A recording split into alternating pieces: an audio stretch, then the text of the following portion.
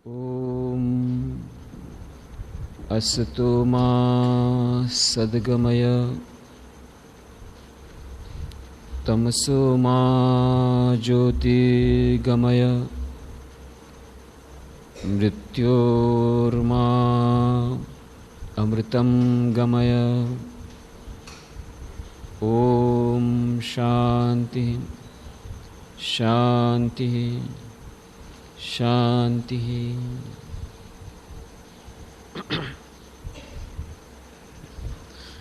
એકાગ્રતા અને ધ્યાન એ વિષય પર આપણે 118 ચર્ચાઓ કરી છે અને તેમાં એકાગ્રતા ધ્યાન વિશેના વિભિન્ન પાસાઓની આપણે વિસ્તૃત ચર્ચા કરી છે।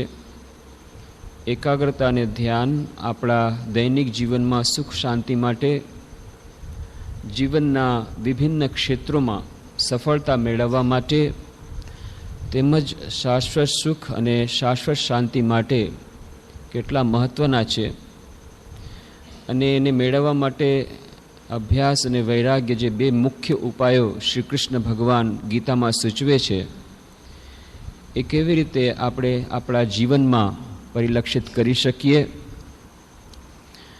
એકાગ્રતા અને ધ્યાન એ બંને કેવી રીતે એકબીજાના પરિપૂરક છે અને બંને વચ્ચેનું સૂક્ષ્મ અંતર શું છે અને આ એકાગ્રતા ધ્યાનના અભ્યાસમાં જે વિભિન્ન બાધાઓ આવે છે એ બાધાઓનું અતિક્રમણ કેવી રીતે કરી શકીએ એ બધી ચર્ચાઓ આપણે કરી છે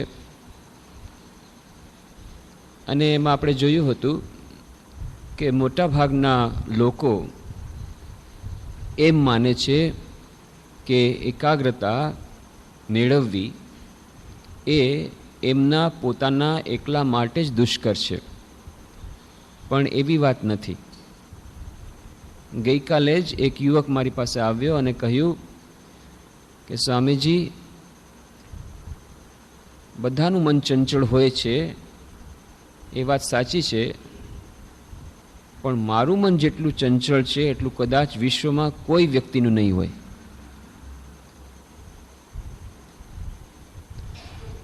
ત્યારે મેં એને કહ્યું કે આ ડાયલોગ હું પહેલી વાર નથી સાંભળી રહ્યો, આ ડાયલોગ મેં કેટલી વાર કેટલી વ્યક્તિ પાસે સાંભળી લીધો છે, એટલા માટે તને આ ડિસ્ટિંક્શન વિશ્વની એક મહાન વ્યક્તિ હોવાનું કે જેનું મન સૌથી વધારે ચંચળ છે ગિનીઝ વર્લ્ડ રેકોર્ડ બુકમાં નોંધાવવાનું તારે માટે નહીં આવે। કારણ કે જો ખરેખર એવું હોત તો અત્યાર સુધીમાં તે કેટલાય ખૂન કર્યા હોત, તિહાર જેલમાં હોત। તો આપણા મનમાં એક એવી જાતની ભ્રામક ધારણા છે કે મારું મન જેટલું ચંચળ છે, એકાગ્રતાની મારી જેવી સમસ્યા છે એવી આકરી સમસ્યા કદાચ કોઈને નહીં હોય, પણ એટલા માટે કારણ કે આપણે પાસે એવું એક વિશેષ પ્રકારનું એક્સરે મશીન નથી કે જેના દ્વારા આપણે બીજાના મનમાં શું ચાલી રહ્યું છે આપણે જાણી શકીએ।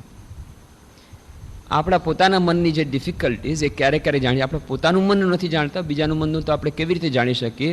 પોતાના અચેતન મનમાં કેટલા કેટલા જાતના શુભ સંસ્કારો કે અશુભ સંસ્કાર રહેલા છે એની જ આપણને જાણ નથી, તો પછી બીજાના મનમાં શું ચાલી રહ્યું છે આપણે કેવી રીતે જાણી શકીએ। પણ આ વાત એટલા માટે કે આપણે નિરાશ થવાનું નથી। અર્જુન જેવા મહારથી આપણી આ નાવમાં સવાર છે, એનું પણ મન ચંચળ હતું જેમ શ્રી કૃષ્ણ ભગવાનને કહે છે, પણ એના માટે બેસી રહેવાનું પણ નથી। એના જે ઉપાયો છે એ ઉપાયોને આપણે જો અપનાવશું તો ધીરે ધીરે આ ચંચળ મન પણ કાબૂમાં આવશે। અને વિભિન્ન બાધાઓની વાત આપણે આગળ પણ કરી છે। એક વ્યક્તિ આવીને કહ્યું કે જ્યારે જ્યારે હું ધ્યાનમાં બેસું છું ત્યારે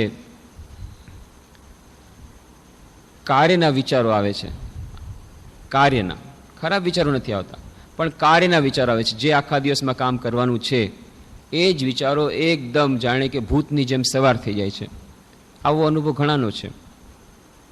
તો ખાસ કરીને જે લોકો વર્કોહોલિક છે, જે વર્કોહોલિકની આપણે વાત કરી હતી, એલ્કોહોલિક અને વર્કોહોલિક, તો કેટલાક એલ્કોહોલિક હોય છે એમને દારૂનો નશો હોય છે, કેટલાકને કાર્યનો નશો હોય છે। વિશેષ કરીને જે લોકોને કાર્યનો નશો હોય છે એ લોકો જ્યારે ધ્યાન કરવા બેસે ત્યારે સ્વાભાવિક છે એ લોકો પર આ કાર્યની વાત આવે। એ સિવાય પણ કેટલાક લોકો જે ખરેખર કર્મયોગને અપનાવવાનો પ્રયત્ન કરી રહ્યા છે, દરેકે દરેક કાર્યને ખૂબ સિન્સિયરલી, ખૂબ ગંભીરતાપૂર્વક અને ખૂબ આંતરિકતાપૂર્વક કરવાનો પ્રયાસ કરી રહ્યા છે, એ લોકોને ધ્યાનની વખતે આ કાર્યના વિચારો આવવા અત્યંત સ્વાભાવિક છે. તો શું કરવું જોઈએ? તો સ્વામી બ્રહ્માનંદજી મહારાજ બહુ સુંદર ઉપાય સૂચવે છે, રામકૃષ્ણ મઠ મિશનના પ્રથમ પરમાધ્યક્ષ, કે જ્યારે ધ્યાન કરવા બેસો ત્યારે શરૂઆતમાં પોતાના મનને દોડવા દેવું જોઈએ.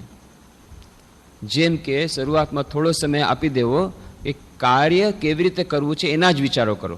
ઠીક છે, પોતાના મનને આપણે કહી શકીએ કે ઠીક છે, આજે શું શું કાર્ય કરવાનું છે પહેલાં એનું જ ધ્યાન કરી લ્યો, અને એ કાગળમાં ટપકાવી લ્યો કે ભાઈ પહેલાં આ ધ્યાન કે શું શું કાર્ય કરવાનું છે આવતીકાલે અથવા આજે, કઈ પ્રાયોરિટી દેવાની છે, એને કેવી રીતે કરવાનું છે, એના માટે કોને કોને કોન્ટેક્ટ કરવાના છે, એ આખું ડાયરીમાં નોટ કરી લ્યો.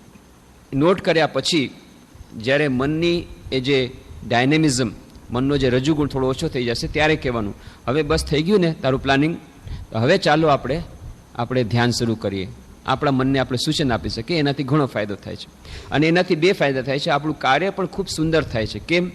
આપણે જે કંઈ કાર્ય કરીએ છીએ, જો ખરેખર આપણે કર્મયોગ તરીકે કરતા હોઈએ તો એ કાર્ય અત્યંત કુશળતાપૂર્વક થાય. યોગ કર્મોસુ કૌશલમ, એમ જો આપણે ચાહતા હોઈએ તો પછી એ કાર્યને પણ અત્યંત કુશળતાપૂર્વક કરવા માટે આ બધું એના ઉપર ધ્યાન કરવું પણ આવશ્યક છે. પણ એ ધ્યાન એક અલગ પ્રકારનું ધ્યાન એ થઈ ગયું, અને એના પછી આપણે જે ધ્યાન કરવા માગીએ છીએ એ કરવા બેસશું તો એનાથી વધારે સફળતા મળશે. એવી જ રીતે એક બીજો ઉપાય પણ સૂચવે છે સ્વામી બ્રહ્માનંદજી મહારાજ કે બીજા કોઈ વિચારો આવતા કાર્ય સિવાયના પણ, તો શરૂઆતમાં થોડાક વખત મનને દોડવા દો ચારે તરફ, અને ત્યારે તમે ફક્ત એક સાક્ષી ભાવે વિટનેસ કે ક્યાં ક્યાં જાય છે, સીઆઈડી ઓફિસરની જેમ ક્યાં ક્યાં મન દોડે છે દોડવા દો. એને પકડવાનું નથી, જ્યાં જવું હોય ત્યાં જાય, પણ ફક્ત નોટ કરવાનું છે ક્યાં ક્યાં જાય છે. એનાથી બે ફાયદા થશે, આપણને ખબર પડશે આપણા મનનો આસક્તિ ક્યાં ક્યાં છે, કઈ કઈ જગ્યાએ છે. અને બીજું, આ મનની જ્યારે દોડધામ થશે ને, જ્યારે આપણે એને ખબર પડશે કે આપણી પાછળ આ સીઆઈડી ઓફિસર છે, ધીરે ધીરે ધીરે એ સાવચેત થઈ જશે.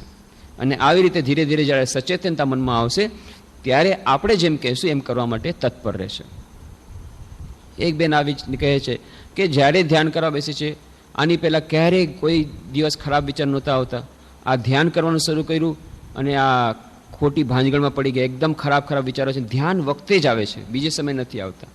તો એની ચર્ચા આપણે પહેલાં કરી છે કે આ પણ એ કોઈ અસ્વાભાવિક વાત નથી, કારણ કે ધ્યાન જો સારી રીતે કરવામાં આવે તો, અત્યંત આંતરિકતાપૂર્વક કરવામાં આવે તો ધ્યાનનો અભ્યાસ, સાધારણ રીતે ઉપર છલ્લી રીતે જો કરશો તો કોઈ સમસ્યા નથી. ચેતન મન જ ફક્ત ચેતન મનમાં જો તમે સ્પર્શ કરશો તો કોઈ વિશેષ તમને એનાથી અસર એની નહીં થાય.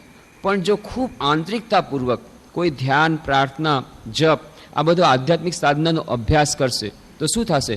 ધીરે ધીરે ધીરે અચેતન મનમાં પેનિટ્રેશન થશે. અચેતન મન જ્યારે વલોવાનું શરૂ થશે ત્યારે અચેતન મનમાં રહેલા કેટલા બધા સંસ્કારો જે સુપ્ત અવસ્થામાં હતા, નિદ્રિત અવસ્થામાં હતા, એ જાગી જાય છે. એ જાગી જાય છે અને દરવાજામાં આવી જાય છે, ચેતન મનના દરવાજામાં. ત્યારે આપણે જોઈને ડરી જાય છે, અરે રે આ ક્યાંથી આવ્યા? ક્યાંથી નહીં, એ પહેલાં સૂતા હતા, અંદર જ હતા. એ ચોર અંદર સૂતો હતો, ખાટલાની નીચે બેઠો હતો આરામથી, પણ જ્યારે તમે લાઇટ કરી તો બહાર આવી ગયો. તો ડરવાનું નથી. હવે એની સાથે કમસે કમ એટલી તો ખબર પડી કે ચોર છે. પહેલાં તો એ ખબર નહોતી, અને ચોર તો બધાયના મનમાં છે, ફક્ત એટલું છે કેટલાક લોકોએ વલોવ્યું નથી. જ્યારે વલોવાનું શરૂ કરશે થોડોક ને થોડોક કચરો તો બહાર પડશે જ. દિવાળીને દિવસે જ્યારે સાફ સફાઈ થશે તો કોઈકના ગોડાઉનમાંથી વધારે માલ નીકળે, કોઈના ગોડાઉનમાંથી ઓછો માલ નીકળે. એ કોણ કેટલું સફાઈ, પણ થોડોક માલ તો નીકળશે જ, જૂનો જ પુરાણો. એવી જ રીતે જ્યારે આપણે અચેતન મનને જ્યારે ખૂબ આંતરિકતાપૂર્વક ધ્યાન કરવાનો પ્રયત્ન કરીએ છીએ તો અચેતન મન વલોવવાથી આ બધી ગંદકી નીકળશે, એનાથી ગભરાવા નથી. આ જ સ્વામી અદ્ભુતાનંદજી મહારાજ, શ્રી રામકૃષ્ણ દેવના શિષ્ય, એમનું નામ જ આપ્યું હતું સ્વામી અદ્ભુતાનંદ. કારણ કે સ્વામી વિવેકાનંદ કહેતા હતા શ્રી રામકૃષ્ણનો સૌથી મોટો ચમત્કાર છે અદ્ભુત, કે અમે લોકો તો બધા ભણેલા ગણેલા હતા, એને શ્રી રામકૃષ્ણ દેવે આવી રીતે મહાન સંન્યાસી બનાવ્યા. પણ અદ્ભુતાનંદ સ્વામી લાટુ મહારાજ એ તો એક સાધારણ ગોવાળિયાના પરિવારથી આવેલા, છપરા ગામથી બિહાર જિલ્લામાં એક અત્યંત પછાત ગ્રામમાં અને અત્યંત ગરીબ, એને જોવાળું કોઈ નહીં, અને કલકત્તામાં એ રામબાબુ જે શ્રી રામચંદ્ર દત્ત એને ત્યાં નોકરી કરતા હતા, એ નોકર એ આવે છે શ્રી રામકૃષ્ણ સેવામાં, અને કેવી રીતે રામકૃષ્ણ સંસ્પર્શમાં આવીને મહાનમાં મહાન સંત સ્વામી અદ્ભુતાનંદ બની જાય છે. એટલા માટે સ્વામી વિવેકાનંદ કહેતા આ રામકૃષ્ણ દેવનો ચમત્કાર છે, અને એટલા માટે એનું નામ આપ્યું અદ્ભુતાનંદ. અદ્ભુત, એ અદ્ભુત જ છે, ચમત્કાર છે, અદ્ભુત છે, મિરાકલ ઓફ શ્રી રામકૃષ્ણ એમ કહીને બોલાવતા. અને એમનું નામ હતું લેટો, લાટુ મહારાજ એમનું નામ, પણ બધા બંગાળીમાં એમને પ્રેમથી લેટો કહે. પણ સ્વામી વિવેકાનંદ કહેતા બોલાવતા પ્લેટો. કેમ? કારણ કે ભણેલા ગણેલા નહીં, જરાય સાવ નિરક્ષર, પણ એટલી બુદ્ધિ. અને પછી તો આટલા મહાન સંન્યાસી થઈ ગયા. શરૂઆતમાં આવ્યા એ સાધારણ એ નોકરનો છોકરો છે, નોકરિયાત છોકરો છે. એટલે શ્રી રામકૃષ્ણે કીધું બહુ આટલી સેવા કરે છે, ચાલ તને હું ભણાવું. આમ તો શ્રી રામકૃષ્ણ પણ વધુ નહોતા ભણ્યા, એ લોર્ડ મેકોલેની શિક્ષણ પદ્ધતિથી એકદમ અલિપ્ત રહ્યા હતા, પણ તો એમને થોડુંક લખતા આવડતું હતું. એમના લખેલા પુસ્તકો હસ્તપ્રતો ત્યાં બેલુમઠમાં રાખેલી છે, તો એમને થોડુંક લખતા આવડતું હતું. એટલે એમણે કહ્યું લેટો ચાલ તને શીખવાડું. અને પછી એ શીખવાડે છે બોલ ક, અને લેટો કહે છે કા, ફરી પાછી કહે છે બોલ ક, તો કે કા. અરે તું કને જો કા કહીશ તો પછી કને કાનો આવશે ત્યારે શું બોલીશ? પણ એનું કા થાય છે, એટલે પછી કે રેવા દે, તારાથી આ ભણવાનું નહીં થાય. નિરક્ષર જ રહ્યા લાટુ મહારાજ, સાવ નિરક્ષર, પણ કેવી બુદ્ધિ કે સ્વામી વિવેકાનંદ સાથે પરિભ્રમણ કરી રહ્યા હતા કાશ્મીરમાં, અને ત્યાં એક મંદિર જોયું. ત્યાં સ્વામી વિવેકાનંદ સરસ, સ્વામી વિવેકાનંદ તો ઇતિહાસના એટલા મહાન પ્રકાંડ જ્ઞાની, સ્થાપત્ય કળાના એટલા પ્રકાંડ જ્ઞાની, બધું જોઈ રહ્યા છે. અને જોતા જોતા અચાનક એમના મનમાંથી સ્વગત બોલી ઉઠ્યા, આ મંદિર લાગે છે લગભગ 1200 વર્ષ પુરાણું જૂનું છે. ત્યાં લાટુમાં જ બાજુમાં હતા, કેવી રીતે જાણ્યું કે આ 1200 વર્ષ જૂનું છે? ત્યારે સ્વામી વિવેકાનંદ હસીને કહે છે, તું જો ભણેલો ગણેલો હોત તો હું તને સમજાવત. કેવી રીતે સમજાવું? લાટમાંથી, ઓ સમજો, તમે એટલા બુદ્ધિમાન છો કે મારા જેવા બુદ્ધુને પણ તમે આટલી નાનકડી વાત સમજાવી નથી શકતા. ઓહો હો, કેટલા બોલા બુદ્ધિમાન છો. ત્યારે સ્વામી વિવેકાનંદ કહે છે, અરે આ તો લેટો નથી, આ પ્લેટો છે, પ્લેટો જેવી વાત કરે છે બધી, એટલે એનું નામ આપ્યું પ્લેટો. એટલા બુદ્ધિશાળી. તો જે હોય તે, એ સ્વામી અદ્ભુતાનંદજી મહારાજ, બહુ સુંદર એમનું હિન્દીમાં પુસ્તક હમણાં બહાર પડ્યું છે, હિન્દીમાં પરમ સંત લાટુ મહારાજ સ્વામી અદ્ભુતાનંદ, છપરા કે સંત, હિન્દીમાં છે, ગુજરાતીમાં જે પ્રકાશિત નથી થયું. તો એક દિવસે આવી રીતે જે વાત ચાલતી હતી કે આ ખરાબ વિચારો જે ધ્યાન વખતે આવે છે, ત્યારે સ્વામી અદ્ભુતાનંદ મહારાજ એનું એક્સપ્લેનેશન આપે છે. કહે છે જો વાત એમ છે કે જ્યારે આ ભગવાનનું નામનો જપ કરવામાં આવે તો ભગવાનના નામમાં એવી શક્તિ રહેલી છે કે આ ભગવાનના નામની ગરમીથી આપણા અચેતન મનમાં પૂર્વજન્મના જે સંસ્કારો, જે બદમાશો, જે ખોટા સંસ્કારો રૂપી બદમાશો જે છુપાઈને બેઠેલા હોય છે, એ બધા આ ગરમી સહન નથી કરી શકતા, એટલા માટે બહાર આવી જાય છે, ચેતન મનમાં આવી જાય છે. અને આપણે કહીએ છીએ અરે આ તો આપણે જપ ધ્યાન કરવાનું સરળ કર્યું, ઉલટાના ઉલમાંથી ચૂલમાં પડ્યા. કે ના, વાત એમ છે કે અચેતન મનમાંથી આવ્યા છે, ચેતન મનમાં આવ્યા છે, નહીં તો પહેલાં તો હતા જ, એવું નથી કે નહોતા. તો હવે કરવાનું શું? તો વાત એમ છે કે જે ગરમીથી એ લોકો અચેતન મનમાંથી ચેતન મનમાં આવ્યા છે, એ જ ભગવાનના નામની ગરમીથી, એ જ ધ્યાનના અભ્યાસથી, એ જ પ્રાર્થનાથી એ ચેતન મનમાંથી સાવ બહાર નીકળી જશે, ભાગી જશે. એને ભગાડવાનો એકમાત્ર ઉપાય કે હજી જારી રાખો, હજી ચાલુ રાખો, ગભરાવાનું નથી, અભ્યાસ ચાલુ રાખો.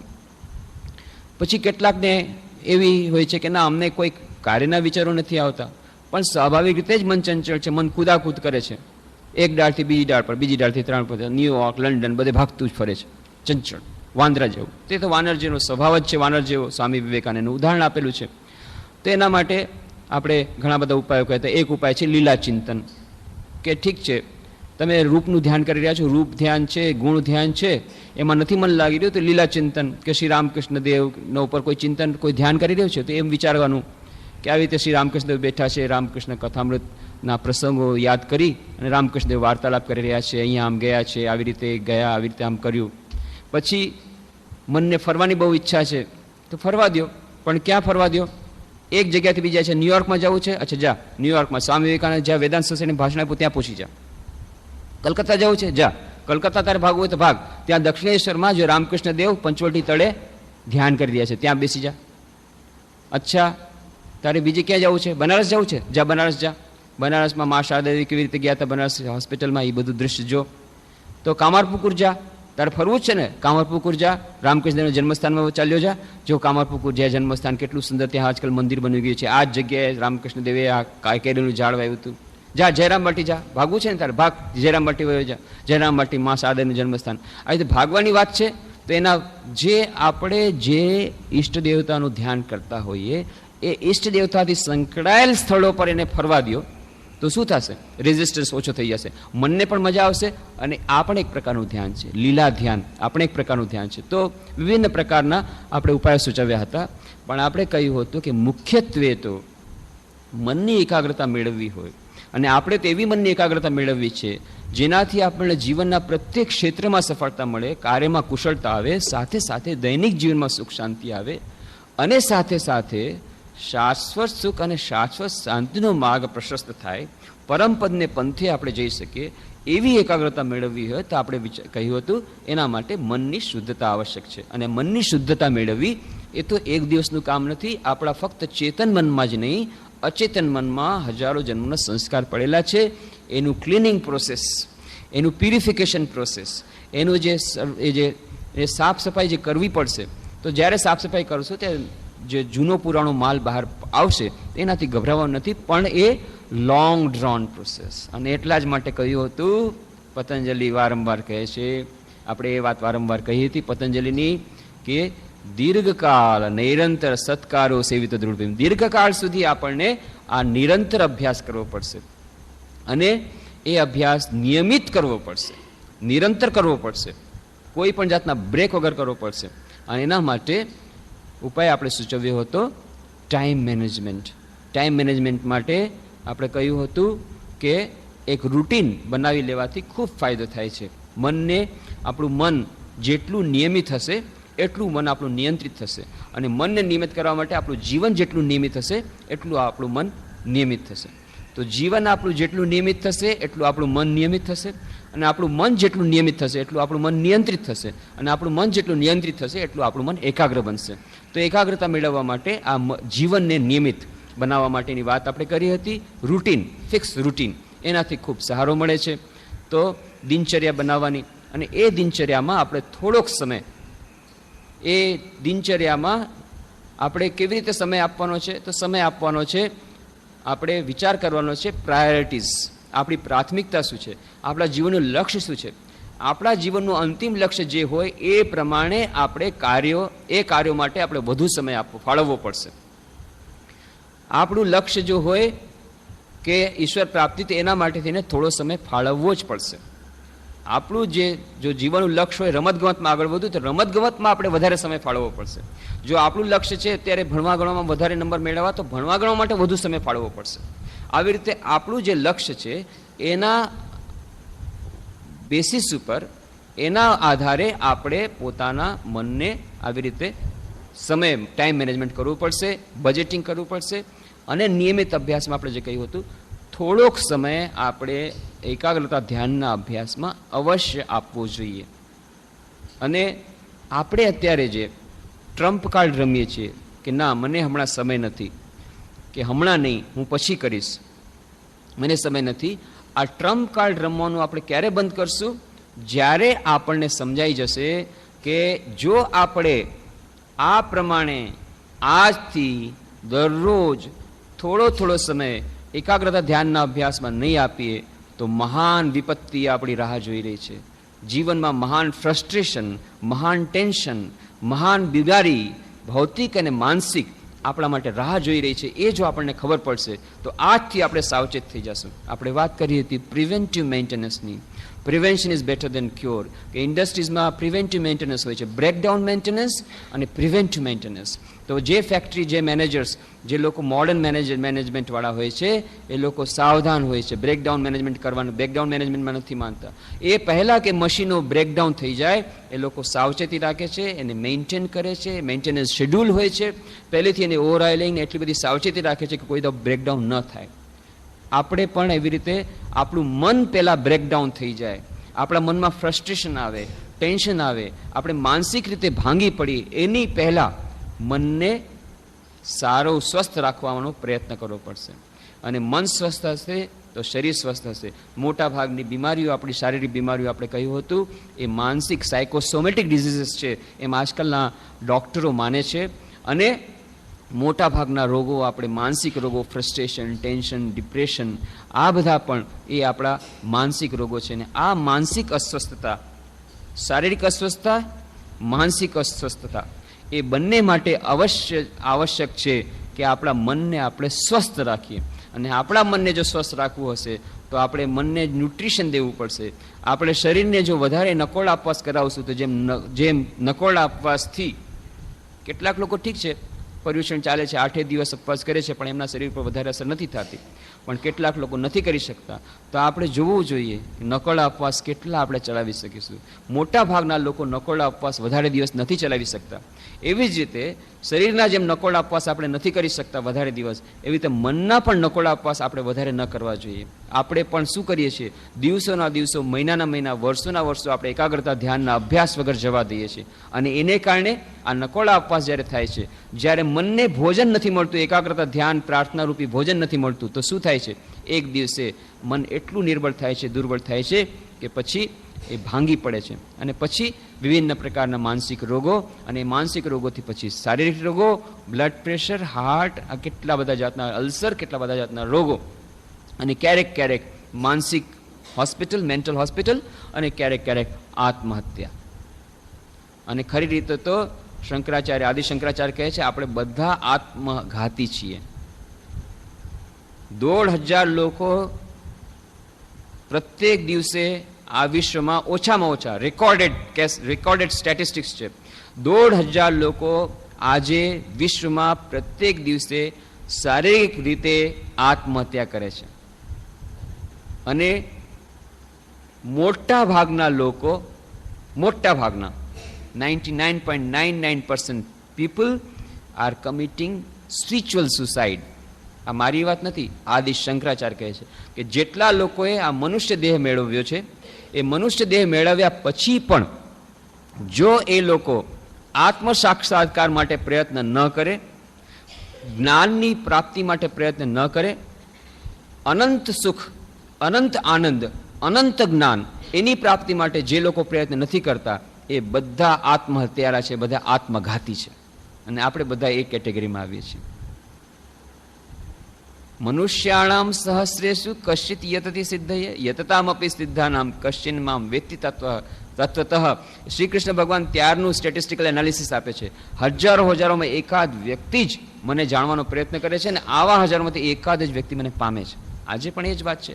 આજે કદાચ હજી વધારે વધ્યું છે, કરોડોમાંથી એકાદ વ્યક્તિ જ આ એકાગ્રતા ધ્યાન માટે ખરેખર આંતરિકતાપૂર્વક પ્રયત્ન કરે છે, તે જાણવાનો પ્રયત્ન કરે છે, એ મેળવવાનો પ્રયત્ન કરે છે, એના માટે વ્યાકુળતા મેળવે છે અત્યંત. જો આપણા મનમાં એકાગ્રતા ધ્યાન મેળવવા માટેની ખરેખર થોડીક આંતરિક ઈચ્છા આવી હોય, થોડીક ખરેખર આપણા મનમાં જો આવી રીતે મુમુક્ષત્વનો થોડોક અંશ આવ્યો હોય, ખરેખર જો આપણા મનમાં એકાગ્રતા અને ધ્યાનના અભ્યાસમાં આગળ વધવાની થોડીક આંતરિકતા આવી હોય, આત્મજ્ઞાન પ્રાપ્ત કરવાની થોડીક આંતરિકતા આવી હોય, તો સમજવું જોઈએ આપણે અત્યંત ભાગ્યશાળી છીએ. ઈશ્વરની વિશેષ કૃપા જો ન હોય ત્યાં સુધી આવી જાતની આ વસ્તુ આવતી નથી. આદિ શંકરાચાર્ય કહે છે વિવેક ચૂડામણીમાં કે 3 વસ્તુઓ દુર્લભ છે આ જીવનમાં મનુષ્ય માટે: મનુષ્યત્વમ, મુમુક્ષુત્વમ, મહાપુરુષ સંશય. દુર્લભમ એવમ એતત્રયમ દેવાનુગ્રહ હેતુકમ. 3 વસ્તુ આ જગતમાં દુર્લભ છે જે દેવની કૃપાથી, ઈશ્વરની કૃપાથી જ પ્રાપ્ત થાય છે. કયા કયા? મનુષ્યત્વમ, મનુષ્ય દેહ, કારણ કે ફક્ત મનુષ્ય દેહમાં જ ઈશ્વર પ્રાપ્તિ થઈ શકે. પણ તેમ છતાં મુમુક્ષુત્વમ, મોટા ભાગના લોકો એમના જીવનમાં અને પશુના જીવનમાં કોઈ અંતર હોતું નથી. એ જ જે વાત કરી હતી, આહાર નિદ્રા ભય મૈથુનમ છે સામાન્ય મેતત પશુભી નરાણામ. એ મનુષ્ય અને નર એમાં કોઈ, એ મનુષ્ય અને પશુ એમાં કોઈ અંતર નથી આ 4 વસ્તુમાં. આ 4 વસ્તુઓમાં જ અત્યારે મોટા ભાગના લોકો સમાજમાં, વિશ્વમાં ડૂબેલા છે. એકાદ કોઈક વ્યક્તિના મુમુક્ષત્વ આવે છે અને પછી સૌથી છેલ્લે કીધું મહાપુરુષ સંશ્રય, એક સદગુરુ મેળવવું. સદગુરુ મેળવે જે આવી રીતે કેવી રીતે આ મુમુક્ષત્વ, કેવી રીતે આત્મ સાક્ષાત્કાર થઈ શકે, આ એકાગ્રતા ધ્યાનના અભ્યાસ કેવી રીતે આગળ વધી શકાય, એની પૂરી વિસ્તૃત જાણકારી અને એની માર્ગદર્શન આપી શકે એવા ગુરુ મળવા. આ ત્રીજી, આ ત્રણ વસ્તુ મતવી અત્યંત દુર્લભ છે. અને જો આ ત્રણ વસ્તુ આપણને મળી હોય તો આપણે માનવું જોઈએ આપણે અત્યંત ભાગ્યશાળી છીએ અને આ મહાન અવસરનો પૂરેપૂરો ફાયદો ઉઠાવવો જોઈએ. અને એ પૂરેપૂરો ફાયદા ઉઠાવવા માટે સૌથી મોસ્ટ ઇમ્પોર્ટન્ટ છે આવા આધ્યાત્મિક સાધકો માટે, દરેક વ્યક્તિ માટે ટાઈમ મેનેજમેન્ટ અત્યંત મહત્વનું છે. એ પછી મેનેજર હોય, સ્ટુડન્ટ હોય, વિદ્યાર્થી હોય, બિઝનેસમેન હોય, હાઉસવાઈફ હોય, ગૃહિણી હોય, દરેક માટે ટાઈમ મેનેજમેન્ટ અત્યંત મહત્વનું છે. કેમ? કારણ કે ટાઈમ ઇઝ મની એમ કહે છે ને, કે પૈસો એ ટાઈમ ઇઝ મની, સમય એ પૈસો છે, પણ ખરેખર જોતા time is more than money. કેમ? કારણ કે 10,000 રૂપિયા આજે જો આપણે ધંધામાં નાખીએ અને જો એનું નુકસાન થઈ જાય, એ ડૂબી જાય, તો એ ફરી પાછા આવી શકે છે, પણ જે સમય આપણો ગયો એ પાછો આવી શકતો નથી. ઇરરિવર્સિબલ લોસ. અને એટલા માટે સમય પૈસા કરતાં વધારે મહત્વનો છે. અને આ સમયનું મેનેજમેન્ટ એ અત્યંત આવશ્યક છે, દરેક વ્યક્તિ માટે આવશ્યક છે, પણ વિશેષ કરીને આધ્યાત્મિક સાધકો માટે તો સૌથી વધારે મહત્વનું છે. કેમ? કારણ કે એનું લક્ષ્ય સૌથી ઊંચું છે અને આ મહાનમાં મહાન લક્ષ્ય એને આ જ જીવનમાં એને પ્રાપ્ત કરવાનું છે. કેટલા સમયમાં એ ખબર નથી, કારણ કે એ જીવન કોઈ માટે 75 વર્ષ હોય, કોઈ માટે 100 વર્ષ હોય, કોઈના માટે 1 સેકન્ડ પણ હોઈ શકે છે. આજથી 1 સેકન્ડ પછી જ કદાચ હું અહીંયાથી ઢળી પડું, આજથી 1 સેકન્ડની અંદર કદાચ ધરતીકંપ થાય જેવો મહારાષ્ટ્રમાં થયો હતો ને આ બધું પડી પડે, ગમે તે થઈ શકે છે. એની મોમેન્ટ, એનીથિંગ કેન હેપન. આ હાઇપોથેટિકલ કેસ નથી. સ્વામીજી તમે બહુ પેસિમિસ્ટિક છો. નો, આઈ એમ રિયલિસ્ટિક.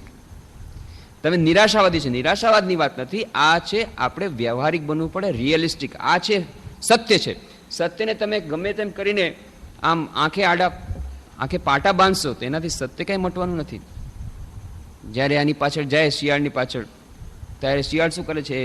બહુ પોતે બુદ્ધિમાન છે તો રેતની અંદર આંખું એ નાખી દે છે, પોતાનું મોઢું. કોઈ જોતું નથી ને, બસ મને તો દેખાતું નથી, અરે પણ તને નથી દેખાતું, બીજાને તો તું દેખાય છે, એ માને છે કે હું સેફ થઈ ગયો. એમ આપણે પોતાને સેફ માની છે, પણ ગમે ત્યારે રિયલિસ્ટિક બનવું પડશે. આ સચ્ચાઈ છે, એ સચ્ચાઈને સત્યને આડે કાન કરવાથી નહીં ચાલે. એટલા જ માટે મહાભારતમાં જે કથા આવે છે કે યુધિષ્ઠિર અને ભાઈઓ બધા અને જ્યારે જઈ રહ્યા છે ત્યારે અચાનક એ પાણીની તરસ લાગે છે અને પાણીની તરસમાં એ પાણીની શોધમાં જાય છે. ભાઈ ત્યાં દૂર એક ભીમ જાય છે, જોયું છે દૂરથી ઝાડ ઉપર ચડીને, હા એક નાનકડું તળાવ છે અને એ તળાવને કાંઠે જાય છે અને ત્યાં પ્રશ્ન પૂછે છે યક્ષ કે પેલા પ્રશ્ન જવાબ આપ, પછી તું પાણી પી. પણ ભીમ નથી માનતો અને પાણી પીવા જાય છે, ઢળીને પડી જાય છે. અને આવી રીતે પછી એની શોધમાં બીજો ભાઈ જાય છે, ત્રીજો ભાઈ જાય છે, ચારે ઢળી જાય છે. છેવટે યુધિષ્ઠિર જાય છે. યુધિષ્ઠિર જાય છે, ફરી પાછું યક્ષ કહે જો આ 4 ભાઈની જેવી અવસ્થા થાય એવી તારી દશા થશે, પહેલા મારા પ્રશ્નનો જવાબ આપ, પછી જો જવાબ તો બરાબર આપીશ તો આ 4 ભાઈઓને હું જીવતા કરીશ. અને પછી યુધિષ્ઠિર કહે ઠીક છે, આ પ્રશ્ન પૂછો. અને યક્ષ ઘણા બધા પ્રશ્ન પૂછે છે, યુધિષ્ઠિર બધાને જવાબ આપે છે સંતોષજનક, અને પછી 4 ભાઈઓને યક્ષ જીવતા કરે છે. આ વાર્તા, આ જે પ્રસંગ આવે છે મહાભારતમાં, પણ એમાં એક પ્રશ્ન પૂછે છે યક્ષ, કિમ આશ્ચર્યમ, સૌથી મોટી આશ્ચર્યની વસ્તુ આ જીવનમાં, આ સંસારમાં કઈ છે? અને ત્યારે યુધિષ્ઠિર કહે છે સૌથી મોટી આશ્ચર્યની વસ્તુ એ છે કે મનુષ્ય પોતાના જીવનમાં પ્રત્યેક દિવસે પોતાની નજરની સામે જુએ છે મૃત્યુને. કેટલા લોકો મરી રહ્યા છે, દરરોજ કેટલાનું મરણ થઈ રહ્યું છે. ક્યારેક તો પોતાના સગાવાલામાં જ થઈ રહ્યું છે અને ક્યારેક તો પોતાના ઘરમાં જ થઈ રહ્યું છે. અને તેમ છતાં દરેક વ્યક્તિ એમ જ પોતાના મનમાં માને છે, એવી જ રીતે આખી યોજના બનાવે છે, એવી જ રીતે આખું ટાઈમ મેનેજમેન્ટ કરે છે, એવી જ રીતે પ્લાનિંગ કરે છે જેને કોઈ દિવસે મરવાનું નથી. આ સૌથી વધારે આશ્ચર્યની વાત, કે કોઈને પણ મનમાં એ વિચાર નથી આવતો કે આવી રીતે મારું પણ મૃત્યુ ક્યારેક આવી શકે છે. જેમ આ સામેવાળી વ્યક્તિ મરી છે, આજે આટલા વ્યક્તિઓ મરી ગયા, આજે આટલા માણસો મરી ગયા, આજે મહારાષ્ટ્રમાં ધરતીકંપ થયો, એમાં એક સાથે આટલા લાખ મળી ગયા. આવો ધરતીકંપ ગુજરાતમાં પણ થઈ શકે, આપણે રાજકોટમાં થઈ શકે, આ કલ્પના નથી આવતી. અથવા તો ફલાણી વ્યક્તિને હાર્ટ એટેક આવ્યો, હાર્ટ એટેક મને પણ આવી શકે આજથી 25 વર્ષ પછી, એવી કલ્પના પણ નથી આવતી. ફક્ત એક યુવકને આ વાત સમજમાં આવી ગઈ. યુવક હતો, પણ એની બુદ્ધિ જોરદાર હતી, વિવેક બુદ્ધિ જોરદાર હતી, શાર્પ ઇન્ટેલેક્ટ. શું કર્યું એને? બસ એક દિવસે પોતાના પિતાને કહ્યું કે મને બહાર જવા દો, ફરવા દો, બસ. અને ફરવા ગયો, અને પહેલી જ વાર એણે 3 જ વસ્તુ જોઈ. બસ, એક રોગી માણસ, એક વૃદ્ધ માણસ અને એક મૃત્યુ, મરેલા માણસ, એ મરદાને. બસ એનાથી પતી ગયું. આપણે દરરોજ 3 વસ્તુઓ દરરોજ જોઈએ છીએ લગભગ, પણ હજી સુધી આપણી ટ્યુબલાઇટ થતી નથી. પણ એનામાં એવી બુદ્ધિ હતી. એ પ્રિન્સ, એની પાસે બધું હતું, પણ એની સાથે સાથે એની પાસે બુદ્ધિ હતી. ભોગ સુખ ભોગના બધા સામાન, બધી સામગ્રી હતી, સાથે સાથે એની પાસે વિવેક બુદ્ધિ હતી. તરત જ એણે વિચાર કર્યો, શું વાત છે, આ માણસ મરી ગયો, આને શું કહેવાય? છંદકને પૂછે છે સારથી, આને કોણ છે? કે આ માણસ, આને કહેવાય મળદું. તો હાલચોલ ચાલતો કેમ નથી? કે હવે ન હાલી શકે, કારણ કે એમાંથી ચેતના નીકળી ગઈ છે. પણ આનું શરીર તો કેટલું સરસ દેખાય છે, તો એને કેમ 4 જણ ઉપાડીને લઈ જાય છે? કેમ એ ચાલતું નથી? અરે ભાઈ, ગમે એટલું શરીર જોરદાર હોય, એ કદાચ સૌથી વધારે મોટો પહેલવાન હશે અને મોટો રમતવીર હશે, કદાચ પોતાના જીવનમાં એણે ત્યાં મોટી સ્પર્ધામાં ભાગ લીધો હશે અને સૌથી વધારે દોડમાં રમતવીર હશે, સૌથી વધારે ફાસ્ટેસ્ટ રનિંગ, અત્યારે એ નહીં ચાલી શકે. અત્યારે બાકી 4 જણા એને ઉપાડીને લઈ જાય છે. જે પોતે 4 જણાને એક સાથે ઉપાડતો હતો, એને 4 જણા ઉપાડી રહ્યા છે કે 8 જણા ઉપાડી રહ્યા છે. પણ શું કરવા? કે ના, બસ આનું જ નામ છે મૃત્યુ. મૃત્યુ જ્યારે થાય ત્યારે માણસ પછી એના માટે નહોતે. અને આવું પૂછે છે કે આ બધું શું છે શું નહીં, ત્યાં તો 4 જણાને એ માણસ એ મરદાને લઈને આવ્યા અને નદી કિનારે લાકડાનો ઢગલો કર્યો, આગ લગાડીને, અરે રે શું કરે છે, જો વાળા માણસને આગમાં મૂકે છે. અરે ભાઈ, મરી ગયો છે, હવે એને આગમાં મૂકવું જ પડે. પણ એને દુઃખ નહીં થાય કે ના, હવે આ મરી ગયો છે, હવે એને દુઃખ નહીં થાય. પણ જુઓ, એને બાળીને ભસ્મ કરી નાખ્યો, બસ કે આનું જ નામ છે. અને ત્યાર પછી જુએ છે 1.5 કિલો રાખ. બસ આ જ.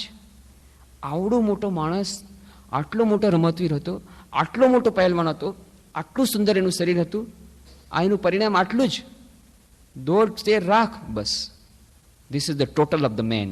લાઇટ ઓફ એશિયામાં એટલું સુંદર વર્ણન આપે છે એડવિન આર્નોલ્ડ. બ્યુટીફુલ, ખૂબ જ સુંદર. Is this the end which comes to all? Siddharth પૂછે છે, શું આજ અંતિમ બધાની પરિણતિ, દરેક વ્યક્તિની? This is the end which comes to all. કોચેના, આ દરેકની આ જ પરિણતિ થવાની છે.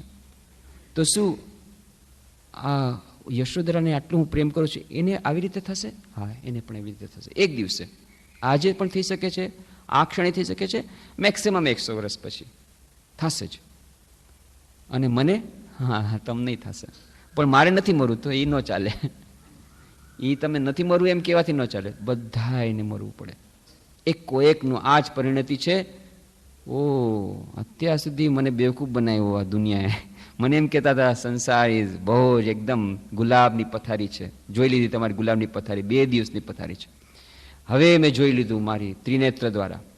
આ વિવેક બુદ્ધિ જ્યારે આવી, તરત જ લાગ્યો, નહીં, હું નથી મારવા માંગતો, મારે મૃત્યુ પર અતિક્રમણ કરવું છે. અને બરાબર મૃત્યુ પર વિજય મેળવ્યો, નિર્વાણની પ્રાપ્તિ કરી. મરતા પહેલા મૃત્યુ પર વિજય મેળવી લીધો. શરીરને તો બચાવી નહીં શકાય, પણ શરીરની સાથેની આપણું જે તાદાત્મ્ય ભાવ, એ આપણે જરૂર દૂર કરી શકીએ. અને એમાં જ આનંદ છે. અને એ જ આનંદ એણે મેળવી લીધો મરતા પહેલા.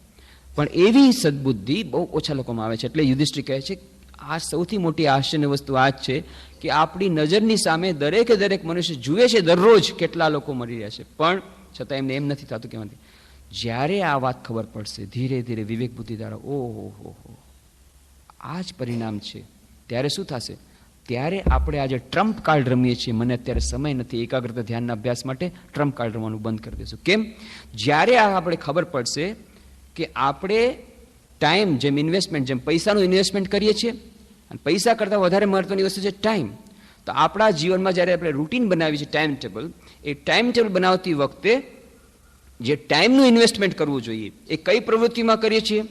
એ મોટા ભાગની પ્રવૃત્તિ હોય છે જે આપણા દેહ સાથે સંકળાયેલી છે, કે મારે સારામાં સારા રીતે આપણે રહેવું છે, એના માટે સારું મકાન જોઈએ, એના માટે સારી ગાડી જોઈએ, એના માટે સારું ફર્નિચર જોઈએ, એના માટે સારા કપડાં જોઈએ, એના માટે મારે સારા આ બધા જેટલી બધી જાતની સવલતો જોઈએ, આ બધા માટે મારે પૈસો જોઈએ. આ બધી વસ્તુ એક સાથે મળી જશે ક્યારે? જો પૈસો હશે. એટલા માટે મારો જીવનનો ઉદ્દેશ છે પૈસો. અને એ પૈસા માટે મારે શું કરવું પડે? મારે કેરિયર ડેવલપમેન્ટ કરવું પડે. એટલા માટે તેને સરસમાં સરસ મારે ભણવું પડે. હું PhD કરીશ, હું ડેઝર્ટેશન કરીશ, આમાં કરીશ, તે કરીશ, આ બિઝનેસમાં ઇન્ટરવ્યૂ આપીશ, ત્યાંના માટે કહીશ, IAS માટે તૈયારી કરીશ, આને બેન્કિંગ માટે તૈયારી કરીશ, આ બધું તૈયારી કરીશ, બિઝનેસમાં હું નવી બ્રાન્ચ ખોલીશ, એનાથી પૈસા મળશે, મેનેજમેન્ટમાં. દરેકે દરેક મોટા ભાગની આપણી પ્રવૃત્તિઓ જો આપણે સારી રીતે નિરીક્ષણ કરશું, આપણું ટાઈમ મેનેજમેન્ટ જ્યારે આપણે બનાવશું, આપણું ટાઈમનું ટાઈમ ટેબલ, ત્યારે આપણે જોડશું કે મોટા ભાગનો સમય આપણે ફાળવીએ છીએ એવી પ્રવૃત્તિઓ માટે જે આપણી શારીરિક જે જરૂરિયાતોને પૂરી પાડશે, એટલે કે પૈસો. એ પૈસા દ્વારા આપણને શારીરિક શરીરના બધા સુખો મળશે, સરસમાં સરસ ગાડી મળી શકે છે, બધું મળી શકે છે, પણ મનની શાંતિ નહીં મળે. એ આપણે જો જાણી લેશું. એટલું જ નહીં, આ જેટલી કંપનીમાં આપણે ઇન્વેસ્ટમેન્ટ કરીએ છીએ, ટાઈમ રૂપી ઇન્વેસ્ટમેન્ટ, આ ટાઈમનું ઇન્વેસ્ટમેન્ટ આપણે શેમાં કર્યું? ભણવામાં, ભણાવવામાં, કે બિઝનેસમાં, પૈસા કમાવામાં. આ મોટા ભાગનો સમય આપણે આના માટે, જે સંસારની પ્રવૃત્તિઓ માટે આપ્યો. ખબર પડશે આ જેટલો સમય આપણે આપ્યો છે, આ સમય આપણે કઈ કંપનીમાં આપ્યો છે? જે કંપનીના શેર આપણે લીધા છે એ કંપની બધું દિવાળું ફૂંકવાની છે. બધી કંપનીઓ દિવાળી ફૂંકવાનું છે. એક પણ કંપની જીવતી નથી રહેવાની. અને આજે પેપરમાં વાંચ્યું, આશ્ચર્ય થયું, જરા આશ્ચર્ય થયું. એક વ્યક્તિએ પોલીસમાં કમ્પ્લેન્ટ નોંધાવી છે કે 10,000 રૂપિયાના શેર ખરીદ્યા હતા અને કોઈ માણસે પછી પાછળથી ખબર પડી ખોટા શેર હતા. આપણું પણ એમ જ થશે. આપણે અત્યારે આટલા બધા શેર ખરીદી રહ્યા છીએ, કેટલી બધી કંપનીના શેર ખરીદી રહ્યા છીએ, ટાઈમ આપણું મેનેજમેન્ટ એમાં કેમાં ઇન્વેસ્ટમેન્ટ કર્યા છે, પછી ખબર પડશે આ બધા શેર ખોટા હતા, નકલી હતા. ક્યારે ખબર પડશે? જ્યારે આપણામાં વિવેક બુદ્ધિ જાગૃત થશે કે અંતમાં સરવાળે બધું મીંડું. શું વાત કરો છો? સરવાળે બધું મીંડું, સરવાળે બધું મીંડું, ઝીરો. આની વેલ્યુ શું? ઝીરો. ગમે એટલા પૈસા એકઠા કર્યા હશે, કરોડો કરોડ રૂપિયા, સ્વિસ બેંકમાં પણ હશે, ફિક્સ ડિપોઝિટ હશે, ઘરેણાં પણ હશે, બધું હશે, બેસ્ટ મોડલની, લેટેસ્ટ મોડલની બધી મોટર ગાડીઓ હશે, બેસ્ટ મોડલના ડ્રેસીસ હશે, અને એટલો પૈસો તમારી પાસે ક્યાં નાખો ખબર નથી પડતી. તો એના માટે જુઓ, આજનું પેપર વાંચી લો, 25 લાખ રૂપિયાના ચશ્મા લઈ આવો. 25 લાખ રૂપિયાના ચશ્મા આજે જ ઇન્ડિયન એક્સપ્રેસમાં આવ્યો છે, ફોટા સહિત. 25 લાખના ચશ્મા, ડાયમંડ જડેલા, 25 લાખ રૂપિયાના ચશ્મા ખરીદી લ્યો. આ તમે ખરીદી લ્યો, ચશ્મા ખરીદી લ્યો, બેસ્ટ ગોલ્ડ કાઢી ખરીદી લ્યો, બધી ફિક્સ ડિપોઝિટમાં બધા પૈસા રાખી લ્યો, સરસ માસા બિલ્ડિંગ બનાવી લ્યો, richest person of the world બની જાઓ, ગિનીઝ વર્લ્ડ રેકોર્ડ બુકમાં નામ આવી જશે. ગિનીઝ વર્લ્ડ રેકોર્ડ બુકમાં નામ આપશે, પણ તમે નહીં રહ્યો અને તમારો પૈસો તમારી સાથે નહીં જાય. એ તો એનું જે થવાનું છે થશે. એને લૂંટવાવાળા બીજા ઘણા બધા બેઠા છે, એની તમારે ચિંતા નહીં કરતા. પણ એક પણ પૈસો સાથે નહીં જાય એની ગેરંટી, એક પણ ગાડી સાથે નહીં જાય એની ગેરંટી. એ 25 લાખના ચશ્મા અહીંયા નહીં રહી જશે. એટલું જ નહીં, આ શરીર પણ અહીંયા નહીં રહી જશે. એની દોડ છે રાખ રહી જશે. એનું પરિણામ જ્યારે આ ખબર પડશે ત્યારે ઓહો, સરવાળે બધું મીંડું, હા ઝીરો. આ બધી કંપની જે આટલા બધા શેર આપણે લીધા, બધાય નકલી, બધાય નકલી. આ આટલી બધી કંપનીમાં આપણે ટાઈમ ઇન્વેસ્ટમેન્ટ કર્યું, બધી કંપની ડૂબી ગઈ, બધી દિવાળી ફૂંકશે. તો હવે ઉપાય? ગભરામણ થાય છે. તો શું કરવું? અત્યારે આ જેટલું કરી રહ્યા છે આ બધા એનું કોઈ સિગ્નિફિકન્સ નથી. આટલું બધું ભણ્યા, PhD ડિગ્રી લીધી, 2 PhD કર્યા, આ બધા સર્ટિફિકેટ આ લોકો બાળી નાખશે. કેટલા બધા એથ્લેટિક્સમાં ગયા, ઇન્ટરનેશનલ એથ્લેટિક્સમાં રેમાં, એના સર્ટિફિકેટ એ બાળી નાખશે. ગોલ્ડ મેડલ્સ આટલા મેળવ્યા, બધા અહીંયા નહીં રહી જાય. એ ગોલ્ડ મેડલ તો મને લઈ જવા દે, નહીં લઈ જઈ શકું. કાંઈ કરતા કાંઈ નહીં, બધું સરવાળે મીંડું, બધું ઝીરો. ઉપાય તો બધું પ્રવૃત્તિ છોડી દેવી, બાવા બની જાવ? ના. તો શું કરવું? ઉપાય છે, શ્રી રામકૃષ્ણ ઉપાય બતાવે છે. બધાય મીંડા, એની વેલ્યુ શું છે? ઝીરો. મીંડાની કોઈ કિંમત નથી. પણ મીંડાની આગળ જો એકલો લગાડી દો, બસ બધા મીંડાની કિંમત થઈ જશે. એટલું જ નહીં, પહેલા એકલો લગાડો, એના પછી તમે 1 મીંડું લગાડશો તો 2 મીંડા લગાડો 100, 3 મીંડા લગાડો 1000, 100, 3 મીંડા લગાડો 1000, વધતા જશે. આ બધા મીંડાની વેલ્યુ થઈ જશે. જેટલા મીંડા તમે કર્યા ઇન્વેસ્ટમેન્ટ, આ બધાની વેલ્યુ થઈ જશે. પણ એક જ વાત, પહેલા એકડો લગાડવો પડશે, નહીં તો ઝીરોની કોઈ વેલ્યુ નથી. એ એકડો એટલે ભગવાન. આપણા જીવનમાં જો આ એકાગ્રતા ધ્યાનનો અભ્યાસ આવશે થોડોક, તો આ જેટલી પ્રવૃત્તિઓ છે એ બધી પ્રવૃત્તિઓ આપણને ફક્ત મીંડા નહીં, એ આપણને એ એકાગ્રતા ધ્યાનના અભ્યાસ માટે સારી રીતે બને. આનું જ નામ છે કર્મયોગ. જે કર્મ આપણને મીંડા તરફ દોરી જાય એનું નામ કર્મ ભોગ. પણ એ જ કર્મ જો સારી રીતે કરવામાં આવે તો આપણને કર્મ યોગ તરફ નરી જશે. યોગ આપણને દેવડાવી દેશે, ઈશ્વર સાથે મેળાપ કરાવી દેશે, આપણને ઈશ્વર સાક્ષાત્કાર કરાવી દેશે, શાશ્વત સુખ અને શાશ્વત શાંતિની પ્રાપ્તિ કરાવી દેશે.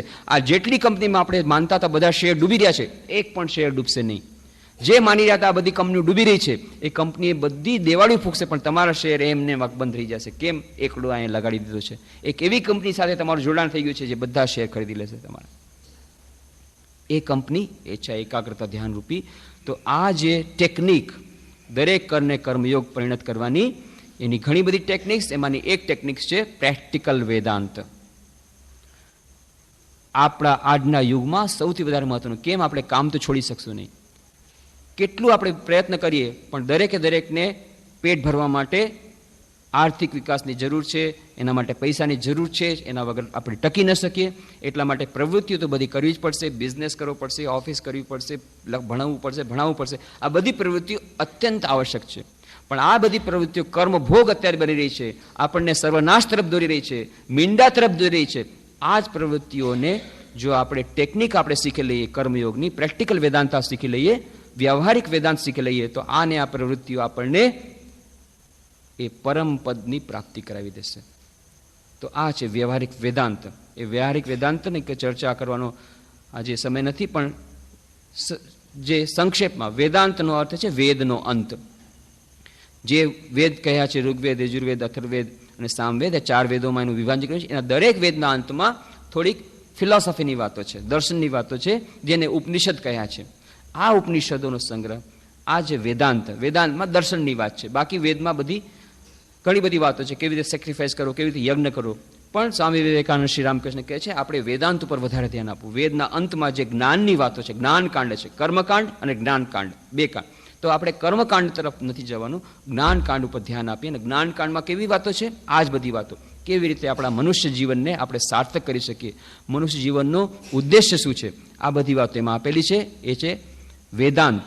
અને વેદાંત શું કહે છે? વેદાંતમાં 2 વસ્તુ મુખ્ય છે. એક, પ્રત્યેક વ્યક્તિની ભીતરમાં એક એવું તત્વ રહેલું છે જે ક્યારેય મરતું નથી. અજર અમર પૂર્ણ આત્મા દરેક મનુષ્યની અંદર છે. સ્ત્રી હોય કે પુરુષ હોય, ગરીબ હોય કે તવંગર હોય, ગમે તે જાતિનું હોય, ગમે તે નાતનો હોય, ગમે તે દેશનો હોય, પ્રત્યેક મનુષ્યની ભીતરમાં આત્મા રહેલો છે. એસ સર્વેષુ ભૂતેષુ ગુણો આત્મા ન પ્રકાશતે દૃશ્યતે ત્વગ્રયા બુદ્ધ્યા સૂક્ષ્મયા સૂક્ષ્મદર્શિભિઃ. પ્રત્યેક મનુષ્યની અંદર આ એક આત્મા રહેલો છે. એનું સ્વરૂપ કેવું છે? એ કેવી રીતે રહેલો છે? ગૂઢ રીતે રહેલો છે, છુપાઈને બેઠેલો રહેલો છે. તો પછી એનો પુરાવો શું કે છે? કારણ કે આપણે તો જોઈ શકતા નથી. તો કહે છે કોઈ એને જોયા છે, એનો પુરાવો છે. દૃશ્યતે તગ્રયા બુદ્ધ્યા, જેની બુદ્ધિ અત્યંત સૂક્ષ્મ છે, એમણે એના દર્શન કર્યા છે. આ પ્રત્યેક મનુષ્યની અંદર જે આત્મા છે, આત્માનો સાક્ષાત્કાર કરવો એ જ આપણા જીવનનો ઉદ્દેશ્ય છે. આ વેદાંતની વાત આદિ શંકરાચાર્ય કરી હતી. બ્રહ્મ સત્ય, જગત મિથ્યા. આ જગત જે કંઈ છે એ બધું મિથ્યા છે. કેમ? આજે છે ને કાલે નથી. પણ બ્રહ્મ આત્મા એ અજર અમર શાશ્વત છે. એટલા માટે શાશ્વત તત્વને પકડો તો તમને જીવનમાં સફળતા મળશે.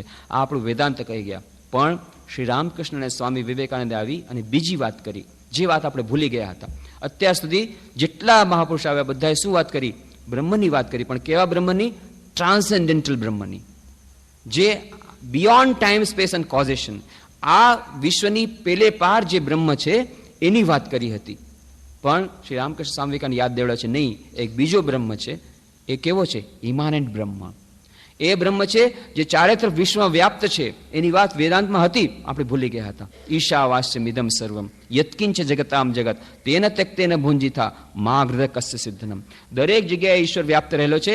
એ ઈશ્વરને પ્રાપ્ત કરવાનો, એ ઈશ્વર ફક્ત મારામાં છે એટલું જ નહીં, દરેકે દરેક મનુષ્યના હૃદયમાં છે, વિશ્વમાં ચારે તરફ ફેલાયેલો છે. અને એટલા માટે આપણે બધા એક છીએ.